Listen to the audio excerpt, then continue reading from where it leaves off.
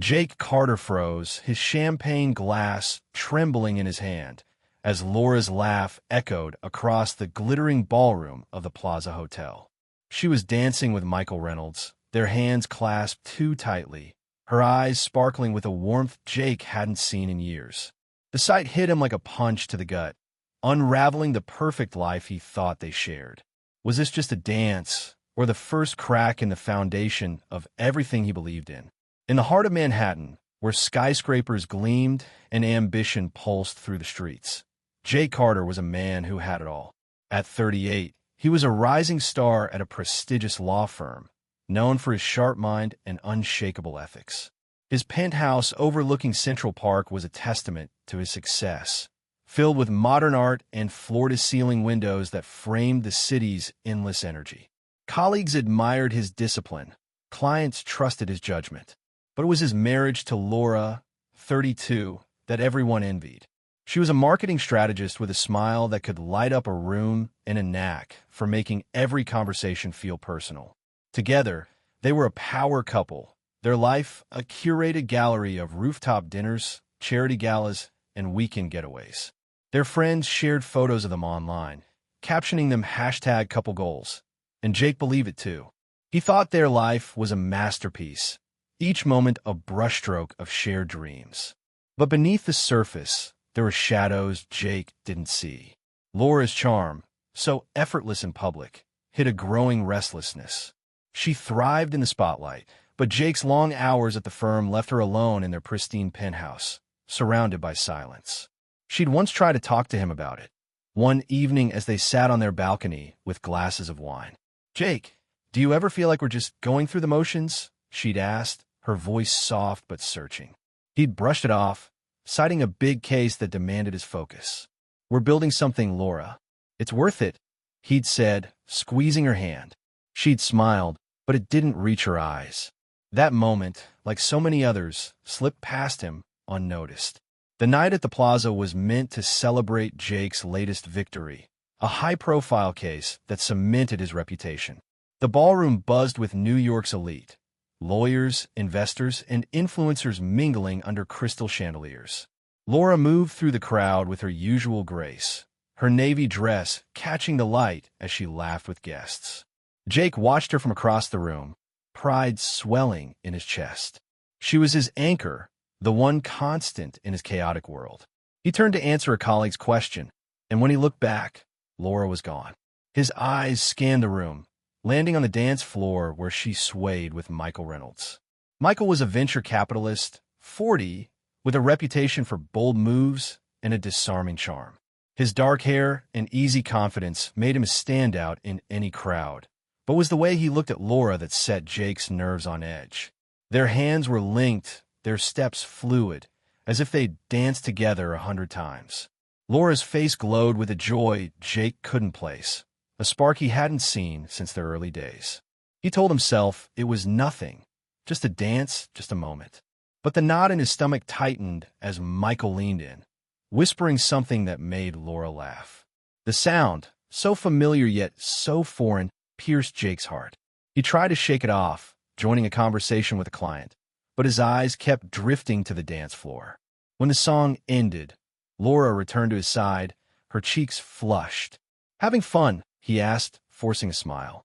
"Just networking," she said, her tone light but her gaze flickering away. Jake nodded, but the unease lingered. He noticed small things that night. The way Laura checked her phone when she thought he wasn't looking, the way she deflected questions about her day. These were details he'd overlooked before, chalking them up to her busy schedule. But now, they felt like clues to a puzzle he wasn't ready to solve. As the party wound down, Jake and Laura left the plaza, the city's lights stretching out before them. In the cab, she rested her head on his shoulder, her perfume familiar and comforting. "Great night," she murmured. "Yeah," Jake replied, but his mind was elsewhere. He thought of the way Michael's hand had rested on hers, the way her eyes had lit up. Was he imagining things, or had something shifted? He wanted to ask, to confront the doubt gnawing at him, but the words stuck in his throat. Instead, he squeezed her hand, hoping it would anchor him to the life they'd built. Back at their penthouse, Laura slipped into bed, her breathing soft and steady. Jake stood by the window, staring at the city below.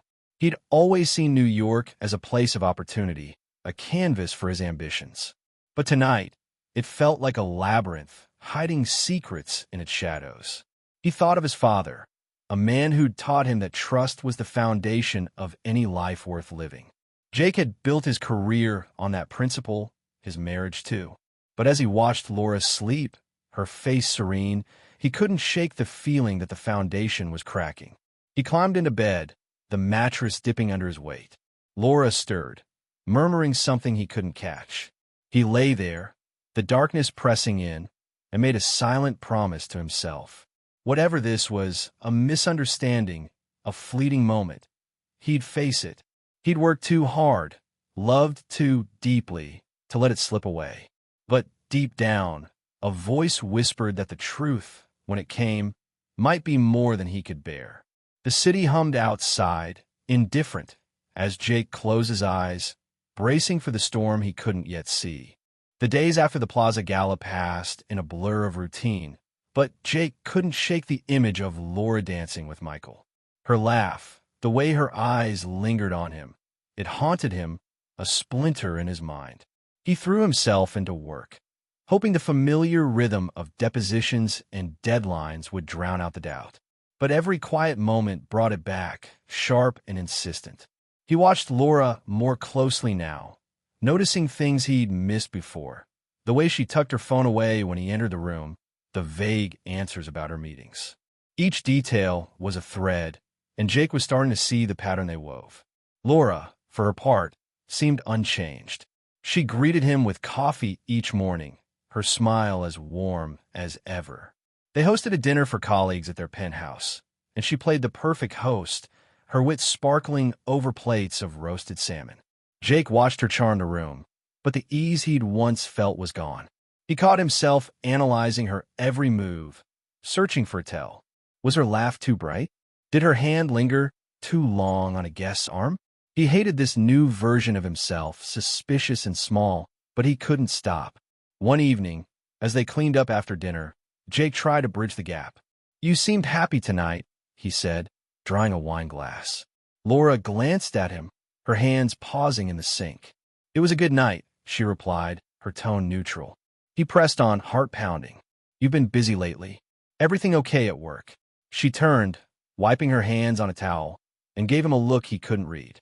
"Just the usual chaos," she said, then changed the subject to a client's upcoming campaign. Jake nodded, but the knot in his chest tightened. Her deflection was subtle, but it was there. The turning point came a week later. Jake was at a coffee shop in Soho, waiting for a client, when he saw Laura across the street. She was supposed to be at a meeting uptown, but there she was, stepping out of a cab with Michael. They stood close, her head tilted toward him, his hand brushing her elbow as they laughed. Jake's breath caught, the world narrowing to that single moment. He told himself it could be innocent, a work lunch, a coincidence. But when they walked into a quiet cafe, their ease with each other felt like a betrayal of its own. He didn't confront her then. Instead, he returned to his office, the client meeting forgotten. Sitting at his desk, he replayed every moment of their marriage, searching for signs he'd missed. There was the weekend she'd gone to a work retreat, but returned with no details. The late nights she'd blamed on client dinners. The way she'd stopped wearing the necklace he'd given her for their 5th anniversary. Each memory was a weight, pulling him deeper into doubt. That night, Laura was home when he arrived, curled up on the couch with a book. "Rough day?" she asked, her voice soft. Jake nodded, unable to meet her eyes. He wanted to ask about Michael, to demand the truth, but fear held him back. What if she lied? What if she didn't? Instead, he poured a whiskey and sat across from her, the silence heavy. Laura set her book down, watching him. "You okay, Jake?" she asked, and for a moment, he saw the woman he'd married, vulnerable, open. But the image of her with Michael flashed in his mind, and he couldn't respond. The next morning, Jake found her phone on the kitchen counter, left unlocked while she showered. His pulse raced as he picked it up, guilt warring with need. He opened her messages, scrolling until he saw Michael's name. The latest text was from last night. "Missed you today. Tomorrow? Laura's reply was a single word, yes. Jake's hand shook as he set the phone down, the truth settling like a stone in his chest. This wasn't a dance or a chance meeting. It was something deliberate, something hidden.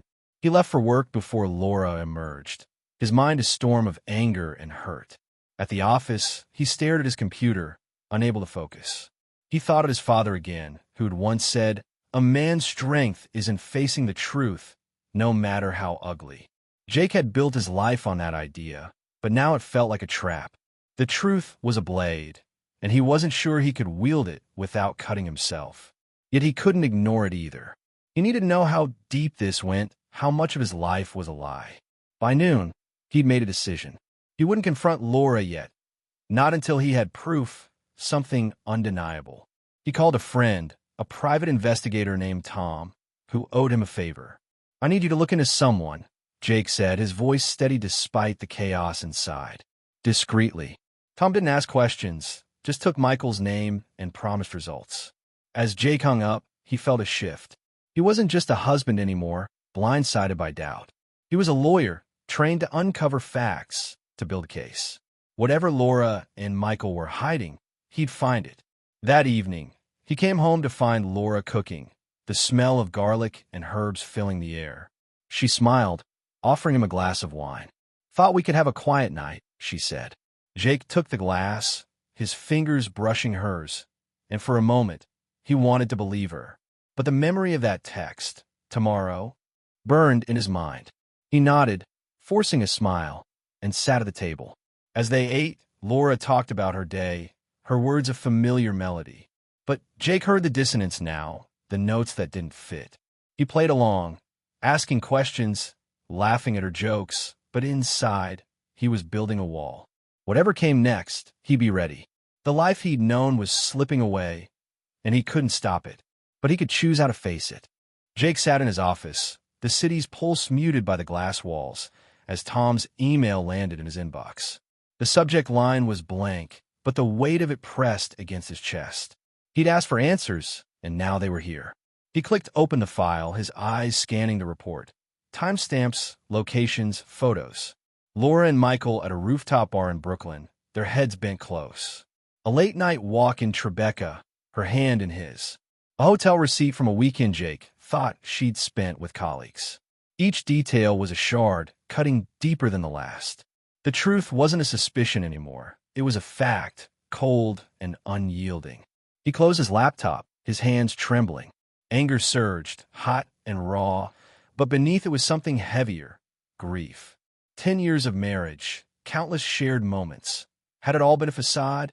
He thought of their first date, Laura's shy smile over coffee in a cramped village cafe. The night he proposed, her laughter echoing across a snowy Central Park. Those memories, once anchors, now felt like lies. He wanted to storm home, to confront her, but his lawyer's instincts held him back. He needed to be strategic, to protect himself from the fallout. That evening, Jake found Laura in their penthouse, scrolling through her tablet on the couch. She looked up, her smile faltering as she saw his face. "Long day?" she asked, her voice careful. Jake didn't answer. He set his briefcase down, the silence between them thick. He'd rehearsed this moment all day, but now, standing in their shared space, the words felt too big. "Laura," he said finally, his voice low, "we need to talk." Her eyes widened, a flicker of fear crossing her face, but she nodded, setting the tablet aside. He sat across from her, the coffee table a barrier. "I know about Michael," he said, each word deliberate. Laura's face drained of color, her hands twisting in her lap. She opened her mouth, then closed it, searching for a lie that wouldn't come. Jake pressed on, his voice steady despite the storm inside. "I saw the messages. I have proof." "How long, Laura? How long have you been lying to me?" The question hung in the air, sharp and unforgiving. Laura looked down, her shoulders slumping. "Jake, I didn't mean for this to happen," she whispered. "It started a year ago. You were always working, always gone. I felt invisible." Her voice cracked, but Jake felt no sympathy. "So you turned to him?" he asked, his tone biting. "You could have talked to me, Laura. You could have tried." She lifted her eyes, tears glistening. I did try, she said, but you didn't hear me. Michael, he saw me. He listened. Jake laughed, a bitter sound. Listened? Is that what you call it? He stood, pacing the room, his anger spilling over. You threw away our marriage for someone who listened? Do you even hear yourself? Laura flinched, but she didn't back down. I'm not saying it was right, she said, her voice stronger now. I'm saying I was drowning, and you didn't notice. I fell for him, Jake. I'm sorry, but it's the truth. The admission hit like a blow, stealing his breath. He'd braced for it, but hearing it aloud was different. He thought of Michael's easy charm, the way he moved through rooms like he owned them. Jake had met him at galas, shaken his hand, never suspecting the threat. Now, every memory was tainted. Do you love him? He asked, the question slipping out before he could stop it. Laura hesitated, her silence an answer. I think so, she said finally, her voice barely audible. Jake turned away, staring out the window at the city's indifferent glow. He wanted to scream, to shatter something, but he clenched his fists instead. Get out, he said, his voice low. I can't look at you right now. Laura stood, her steps hesitant. Jake, please, let's talk about this, she pleaded. But he shook his head, the wall he'd built now impenetrable. There's nothing left to say, he said. She lingered a moment, then grabbed her coat and left, the door clicking shut behind her. Alone, Jake sank onto the couch, the silence deafening. He thought of his father's words, faced the truth.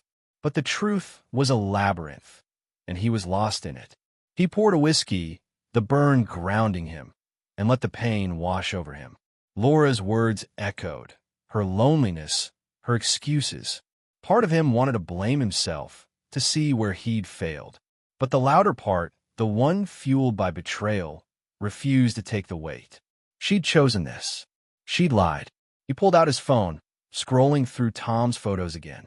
One image stopped him, Laura and Michael in a park, her head on his shoulder, his arm around her.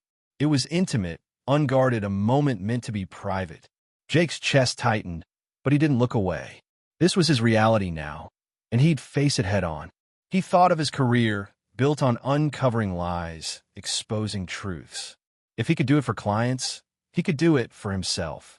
By morning, Jake's anger had hardened into resolve. He wouldn't let this destroy him.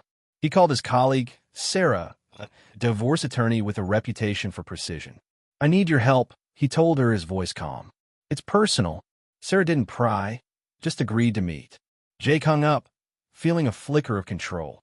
Laura might have broken their vows, but he'd reclaim his life. The city outside hummed, its rhythm unchanged, and Jake knew he'd find a way through. Whatever it took, he'd emerge stronger, even if it meant tearing down the life he'd known. Jake sat across from Sarah in her sleek midtown office, the divorce papers spread out like a map of his unraveling life. Each clause was a step toward freedom, but the weight of it pressed against his chest. He'd spent the night replaying Laura's confession, her tearful excuses, and Michael's shadow looming over it all. Anger still burned, but Jake was done letting it rule him. He was a lawyer, trained to turn chaos into order, and he'd do it now, for himself. Sarah's pen tapped the desk, her eyes sharp but kind. This is a solid start, she said. But you need to decide what you want, Jake. Not just legally, emotionally. He nodded, knowing she was right. The question wasn't just how to end his marriage, but who he'd be when it was over. The days that followed were a blur of strategy and self-reflection. Jake threw himself into the process, meeting with Sarah to refine the settlement. He wanted it fair but firm. Laura would get enough to start over, but nothing more. He wasn't vindictive, but he wouldn't reward her betrayal.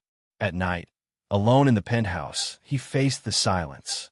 The space felt too big now, every corner echoing memories he couldn't trust. He boxed up Laura's things, her books, her scarves, each item a small act of letting go. One evening, he found a photo album from their honeymoon in Maine, their smiles frozen in time. He stared at it, then closed it gently, placing it in a drawer. That life was gone. Work became his anchor, but even there, the betrayal lingered. Colleagues whispered, sensing something was off. Jake kept his focus, but Michael's name surfaced in a meeting tied to a client's venture deal. The mention was casual, but it hit Jake like a spark to dry grass. He excused himself, stepping into the hallway, his breath uneven. Michael wasn't just a thief of his marriage. He was a presence in Jake's world, a reminder of his blindness. That night, Jake did something he hadn't in years. He called his old college friend, Emma, a therapist. "I need to talk," he said simply. She didn't push, just gave him a time to meet. Emma's office was warm, cluttered with books and plants, a stark contrast to the sterile precision of Jake's life. She listened as he poured out the story. Laura's affair, the photos, the confrontation. "I feel like I'm drowning in it," he admitted, his voice raw. Emma leaned forward, her gaze steady. "You're not drowning, Jake. You're swimming through it. But you need to decide where you're headed." She asked him to journal his thoughts, to name the emotions he'd buried. At first, he resisted. Writing felt soft, indulgent, but he tried it, scrawling pages of anger, hurt, and, surprisingly, hope. The act was freeing, like laying bricks for a new foundation. Through Emma, Jake began to see his role in the marriage's cracks, not to blame himself, but to understand. He'd been absent, consumed by work, assuming Laura's strength meant she didn't need him. That realization stung, but it also clarified his path. He couldn't change the past, but he could shape the future. He started small, signing up for a mentorship program at his firm, guiding young lawyers. Their ambition reminded him of his own, years ago, before the grind dulled his edges. One mentee, a sharp kid named Diego, thanked him after a session. "You're making a difference," Diego said. The words landed, a spark of purpose.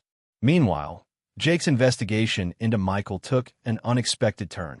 Tom, the private investigator, called with news. Michael's latest venture was under scrutiny for shady accounting. "It's not public yet," Tom said, "but it's messy." Jake's first instinct was to leak it, to watch Michael's world crumble. The thought was intoxicating, a dark thrill. But as he sat with it, Emma's words echoed. "Where are you headed?" Revenge would feel good, but it would tether him to the pain. Instead, he passed the information to a colleague with ties to financial regulators, letting the system handle it. It wasn't personal, it was just. Laura reached out once, a text asking to meet. Jake agreed, meeting her in a neutral cafe in Chelsea. She looked tired, her usual polish faded. "I ended things with Michael," she said, her voice low. "I know it doesn't fix anything, but I needed you to know." Jake studied her, searching for the woman he'd loved. She was there, in fragments, but the trust was gone. "I hope you find what you're looking for," he said, meaning it. She nodded, tears in her eyes, and left. Watching her go, Jake felt a weight lift. He wasn't forgiving her, not yet, but he was releasing her hold on him. By the end of the month, the divorce was nearly finalized. Jake moved into a new loft in Soho, trading the penthouse's gloss for something raw, open. He hung a single photo on the wall. Him and his father, fishing on a lake years ago. It grounded him, a reminder of the values he'd lost sight of: truth, resilience, purpose. He started running again, the city's rhythm syncing with his own. Each step was a declaration. He wasn't a victim. He was a man rebuilding, brick by brick. The pain was still there, a quiet ache, but it no longer defined him. For the first time in months, Jake felt the stirrings of something new. Not just survival, but possibility.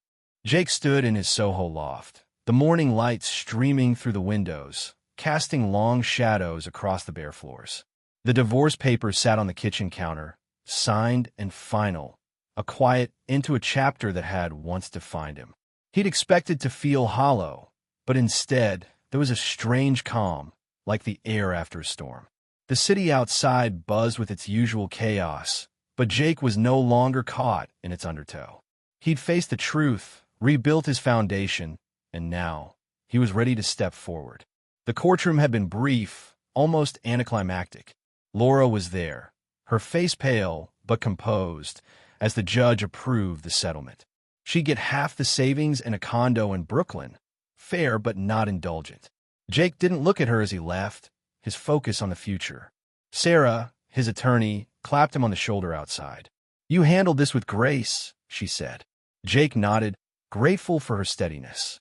Grace wasn't what he felt in the dark moments, but it was what he'd chosen, and that made the difference. Laura's life, he heard through mutual friends, had unraveled quietly. She'd moved to Brooklyn, cut ties with Michael, and started working freelance. Some said she seemed lost, others that she was finding herself. Jake didn't dwell on it. Her choices were hers now, just as his were his. He'd receive a letter from her a week ago, a single page of neat handwriting. "I'm sorry, Jake.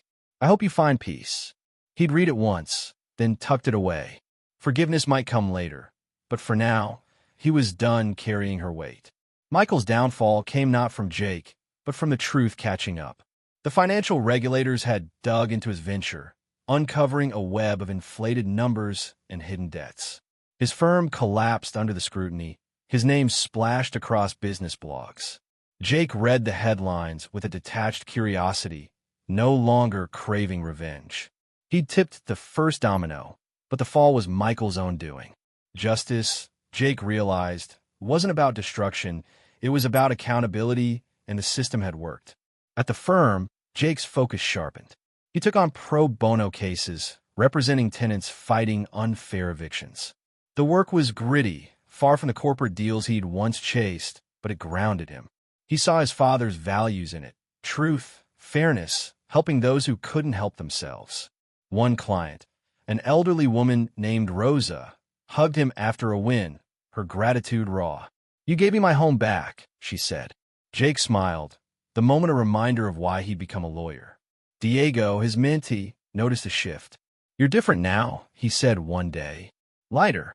Jake laughed, surprised to realize it was true. Outside work, Jake rebuilt his life piece by piece. He joined a running group, their early morning jogs through Central Park, a ritual that cleared his mind.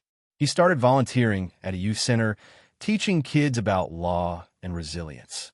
One teenager, a quiet girl named Mia, reminded him of himself, guarded but hungry for purpose. He gave her a journal, like Emma had given him, and watched her start to open up. These small acts, these connections, were threads weaving a new tapestry, one he hadn't expected to find. Emma, his therapist, became a friend. Over coffee one weekend, she asked, "What's next for you, Jake?" He thought for a moment, the question no longer daunting. "I want to keep going," he said. "Not just surviving, building something real." She smiled, nodding. "You already are." That night, he wrote in his journal, the words flowing easily now. He wrote about the pain, the betrayal, but also the strength he'd found. The scars were there, but they were proof of survival, not defeat. The loft began to feel like home. Jake hung more photos, not of the past, but of the present. Him with Diego at a firm event, running with his group at dawn, Mia holding up her first journal entry. He bought a small bookshelf, filling it with books on mindfulness and purpose, gifts from Emma and his mates. One evening, he found the old photo album from his marriage in a box. He flipped through it, the images distant now, like a story that belonged to someone else. He closed it, not with anger, but with acceptance, and placed it in storage. A month later, Jake was invited to speak at Youth Center Gala. He stood at the podium, looking out the crowd, kids, volunteers, donors. "Life will break you," he said, his voice steady, "but it's what you build from the pieces that matters." The applause was warm, but it was Mia's nod from the front row that hit him deepest. After, a donor approached, offering to fund a legal workshop for the kids. Jake shook his hand, a spark of possibility igniting. This was his path now, not just law, but impact. As winter settled over New York, Jake ran through the park, snow dusting the paths. The city's lights glowed, a reminder of its endless reinvention. He thought of Laura, of Michael, of the life he'd lost. They were shadows now, not chains. He'd faced the truth, chosen grace over vengeance, and found something better than revenge: purpose. The ache was still there, a quiet companion, but it no longer held him back. Jake Carter was no longer the man who'd frozen at the plaza, betrayed and broken. He was someone new, running toward a future he'd built himself, one step at a time.